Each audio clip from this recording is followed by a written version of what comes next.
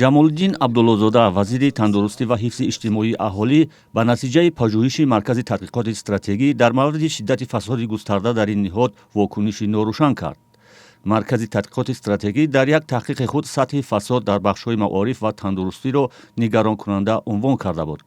ин ниҳод мегӯяд тадқиқотро дар ҳамдастӣ бо оҷонсии мубориза бо фасоди Тоҷикистон дар 15 шаҳру ноҳияҳои кишвар аз ҷумла Душанбе, Хатлон, Суғд ва чанд ноҳияи тобеи ҷумҳурӣ анҷом додааст.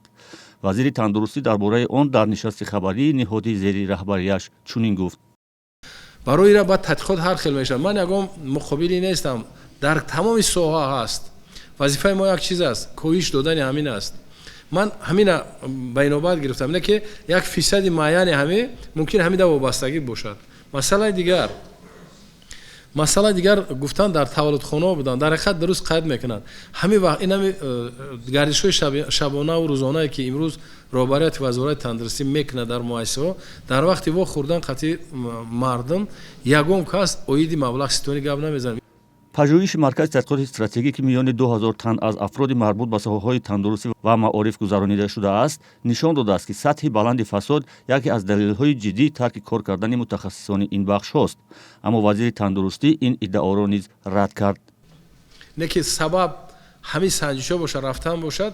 ман ягон омор дар вазорати тандурустӣ гирифтагӣ ҳам хеле ягон шикоятам гирифтагӣ нестам. машк буд ин ози табибои мо кор мекунанд.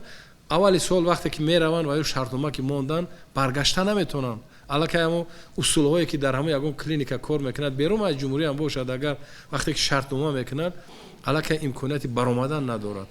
ба ҳамин хотир камтарак дарозтар мешавад. ин ҳам 700 соли гузашта 485 бошад, 274 аллакай чӣ қадар кам шидагӣ аст.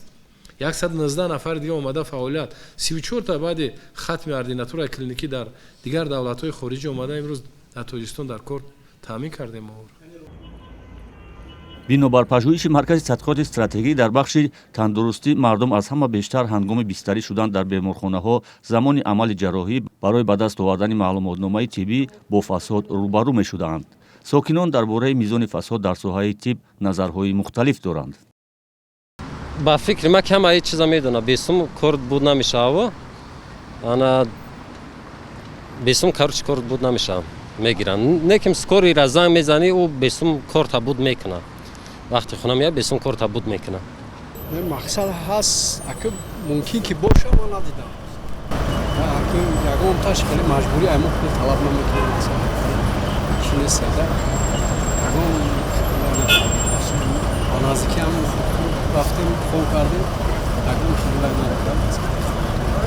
دیدم که خب بسیار وقتی که پلیسی که نزد خانمون میره که دکتر اولیوی میره مثال بسیار حالات ها میشه خیلی با بسیار حالات ها هست که سخنرانی آدم وابستگی داره. مثال میشه فهمیده امورا که اگر خودت خواهی پول میتی، اگر که نخواهی مثال میره.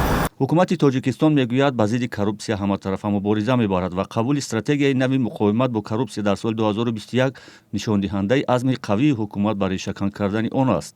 аммо созмони шаффофияти байналмилал ва ё Transparency International ки ҳар сол гузоришеро бо номи шохиси дарки фасод нашр мекунад, Тоҷикистонро дар моҳи январи имсол дар миёни 180 давлат дар ҷойи 162 қарор дод, ки яке аз зинаҳои поинтарин ба шумор меравад.